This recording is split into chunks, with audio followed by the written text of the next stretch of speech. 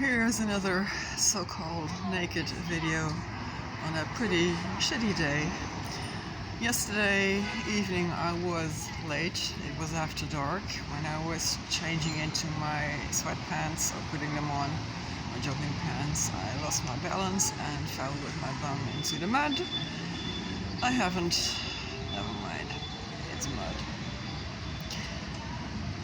Both apps, KNMI and Radar, said that there wasn't going to be any rain, but there's been rain for hours, for days, without the app seeing it, because the clouds are low. They don't spot the rain. Their radar doesn't spot the rain. And because it was late last night, I didn't secure the tarps properly for rain, even though there wasn't going to be any rain. And this morning there was a load of water on my tarp and I pushed it off because that's what you have to do, and I then discovered later that it had run into the tarps with a lot of mud, so everything was soaking wet, and I didn't realize at first that it was also muddy, but I have mud all over me now. I think you can, no, it's the wrong sleeve. This one is spotted all over. This is more stuff that's wet, and I'd already gotten a little bit of coffee onto my shirt, onto my white stripes, but that's a minor thing. And it's still pouring while raining. And yeah, I was sitting there, it was raining, I was in my t-shirt, everything was continuing to get wet. And that's when you can lose faith. Let's call it faith or hope. You constantly have to tell yourself as a homeless person that you're going to be alright, because everyone else is going to tell you the opposite. The government, both nationally and locally, is going to demonize you and tell everyone that you're dangerous, potentially dangerous, and drug addicted, and have an alcohol problem, and severe mental health issues, and so on, because that's the old-fashioned idea. Nowadays, with everything being a money-making model, business model, that's no longer the case. It's usually just a lack of cash. The government giving all the homeless people in Amsterdam just a few €1,000 either enables them to buy a van so that they can live in a van, or go back to where they came from, because many European citizens got lured here with the promise of work with accommodation, became exploited and then dumped in the streets, and the government says, we don't want anything to do with you, you need to hide in the Flevo Park and under the metro tracks. Yeah. So you constantly have to tell yourself that things are gonna be okay. I mean, everything is soaking wet, and it's easy to start to despair, but I'm just gonna get some more tissues today. Thankfully I have €1.86, so I can get a new pack of tissues. You just soak stuff up, and I hope that there will be some sunshine later today, but it doesn't look like it. And yeah, a local government, a national government, that's just the way it is. You demonize people. Stop doing that. Stop pushing us away. We exist. I'm a Dutch citizen, and so I'm showing this also to show other EU citizens that it happens to Dutch people as well.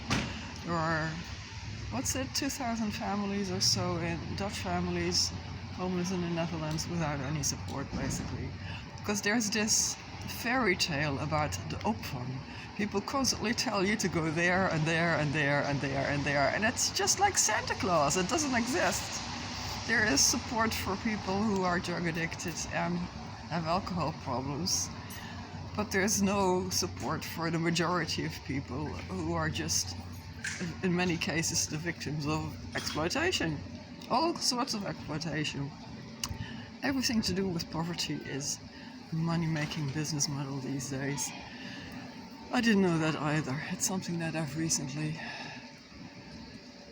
discovered and started to realize everything. Go to my website. If you realize that was some 13 billion or so a year gets spent on so-called debt cancelling by just the government alone, while the total amount of debt is much, much lower. And you realize it's just a money-making business model for the government as well. The government is the largest household creditor in the Netherlands. And it makes money of that poverty. What can I say? And there's all these consultancies who write reports and develop tools. Everything is geared towards keeping things the way they are because it makes people money. It makes people money. Poverty makes other people money.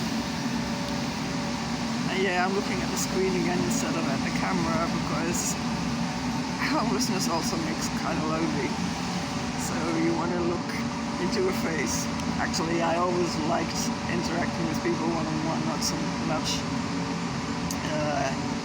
staring into the camera, because the camera is not a person. You need to see the camera as a person. That's a talent that I obviously don't have. Yeah, and I needed to do this because, I mean, you're cold and wet and everything is soaking wet and muddy. I just been to the laundromat and I washed this thing and I washed my white bag and now everything is covered in mud.